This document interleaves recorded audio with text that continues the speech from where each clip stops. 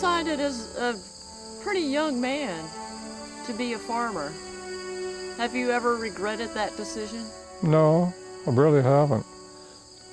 I guess when I was in high school, took agriculture courses and was in FFA, and I was probably predicted to be a farmer from my class predictions.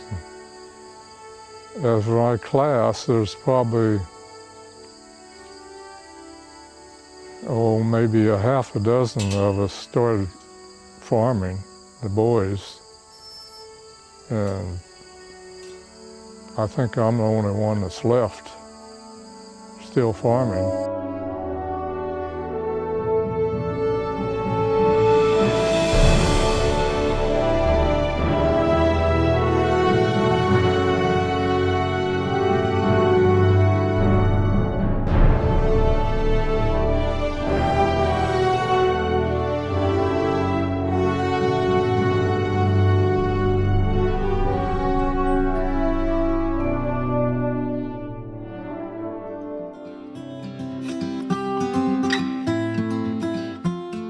During the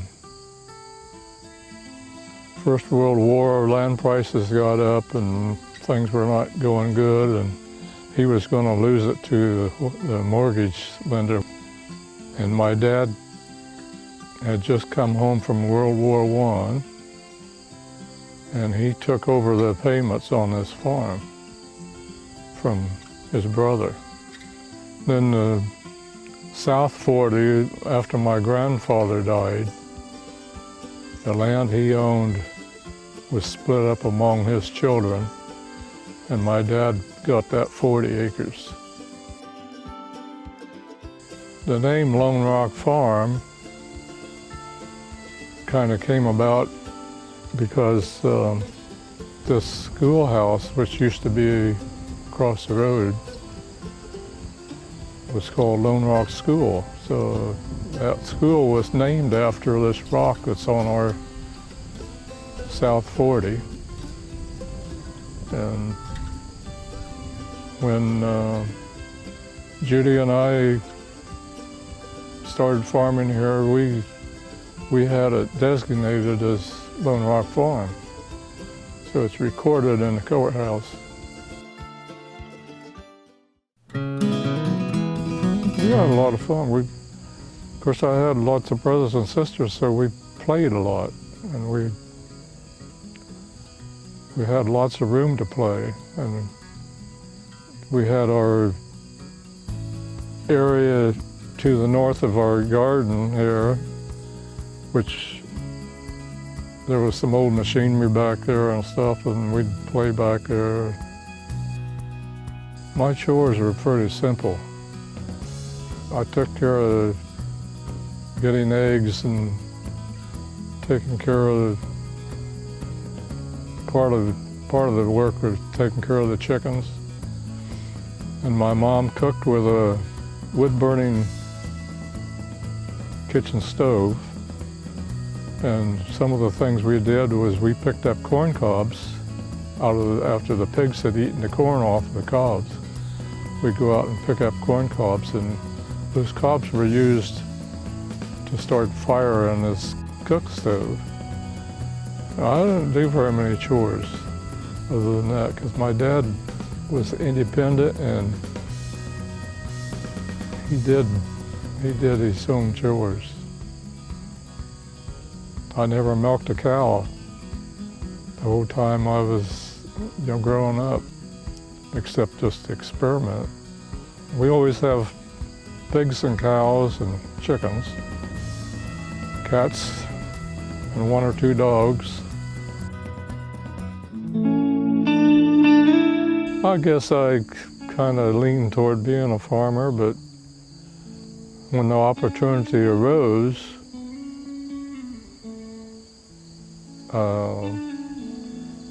my brother Paul was living here for about 3 years, and he gave it up. He had just wasn't working out for him, and he left, and then My dad rented the house. He wasn't living here at that time. He rented the house out. When I was getting out of the service, my dad said I could come back to the farm, so that's pretty much how it happened. I think he was the instigator, although he didn't encourage me to farm too much. He knew things weren't going to go easy.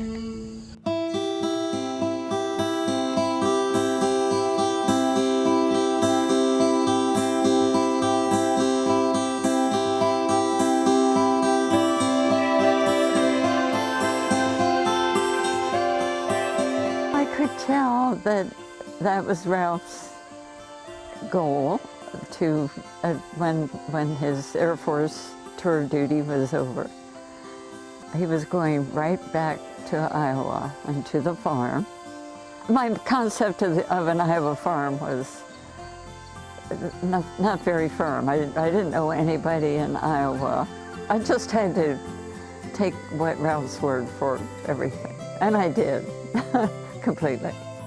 Of course, he'd been away by this time for several years, except for visits home. But I absolutely trusted everything he said. I never doubted that we could make a life where he grew up. We were married on January 2nd, and we stayed around a very short time because Ralph was ready to go back to Iowa.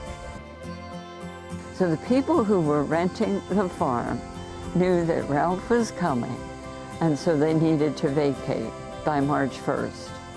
It was, I thought, a very harsh winter. I really wasn't used to harsh winters. And so one day, we just drove out here, just drove by. I never set foot in the house till the day we moved in. So there was snow everywhere. I couldn't tell anything about this particular farm by driving by on the road. We kind of started out with not much. We got along and started farming in 1960, spring. It was slim pickings for a few years. When we first started farming, it seemed like I had a lot of spare time. And my brother Alan says,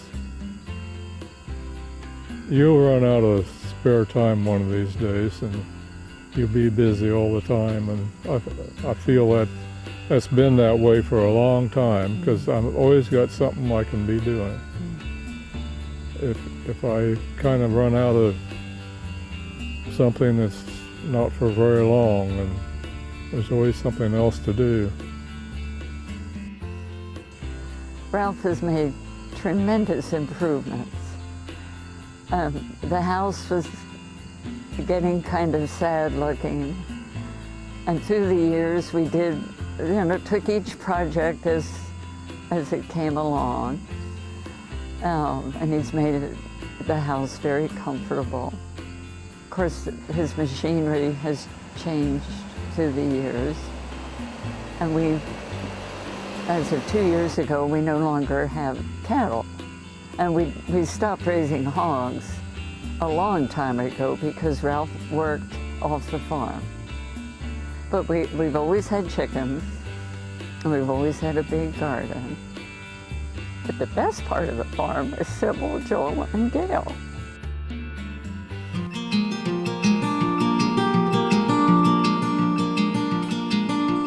And I haven't planted any corn or soybeans for 4 years. Next year, I'm probably going to rent some ground to one of the neighbors, and I haven't decided who, but I've got some ground that needs to be row cropped because it's been in hay too long. And I'm getting tired of doing all of it in hay, too many acres.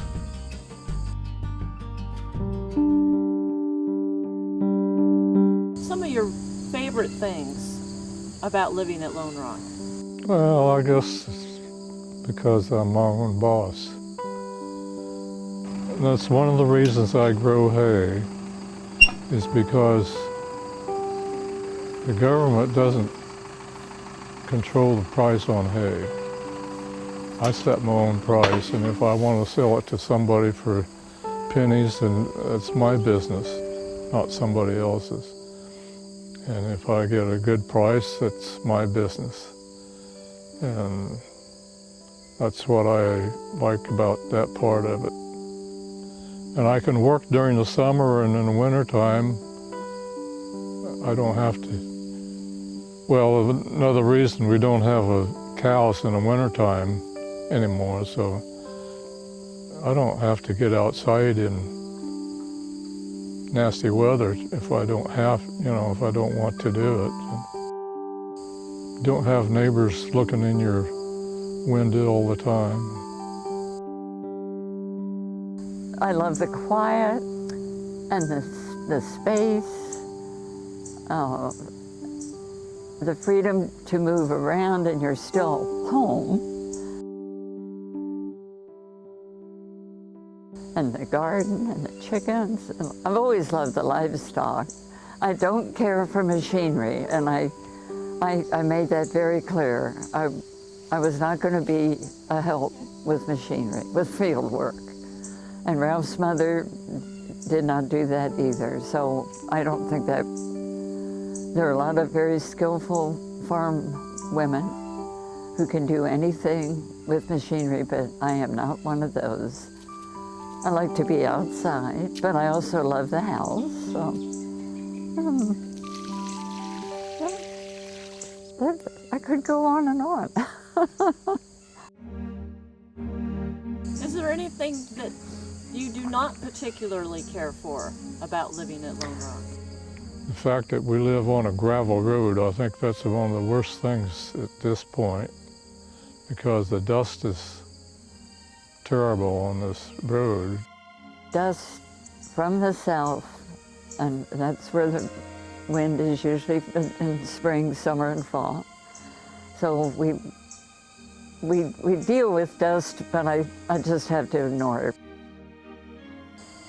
Government interference with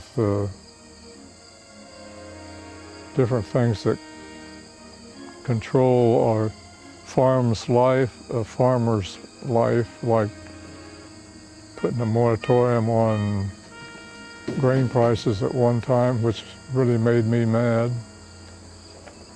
So anytime I can outwit the U.S. government, that's my goal.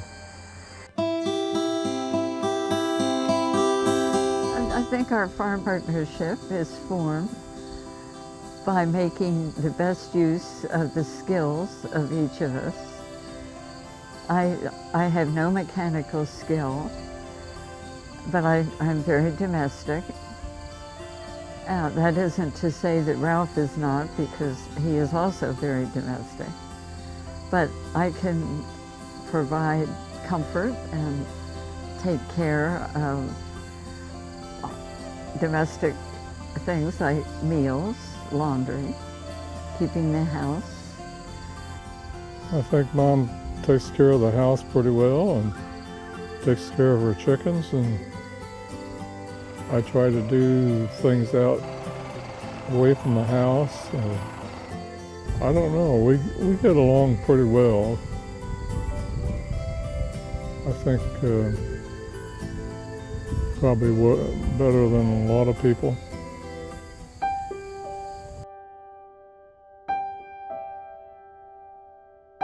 What do you hope for the farm, for Lone Rock Farm? Well, that it will be taken care of long after we're gone. It's better than it was 100 years ago, from what I've learned. I'm sure we're leaving the land anyhow in better shape than it was when we first started. There used to be some gullies and so forth around this place, and wet spots, and we pretty much eliminated most of that. You know, if I had it to do over, I'd probably do about the same thing again. If the county had ever come along and put asphalt on our road, then we'd be happy, I think. There we go. Maybe someday that'll happen, but maybe not when we're still here, I don't know. I read in magazines about turning the farm over to the children and so forth, and I don't think that's going to happen here, so we have to work with what we have. And I have neighbors that are probably more willing than not to take over part of this ground or the whole thing, but I've already had a couple of offers. And we've tried to do our best to take care of it. We don't take it for granted.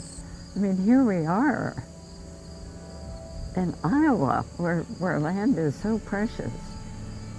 Everything comes and goes, but this land endures.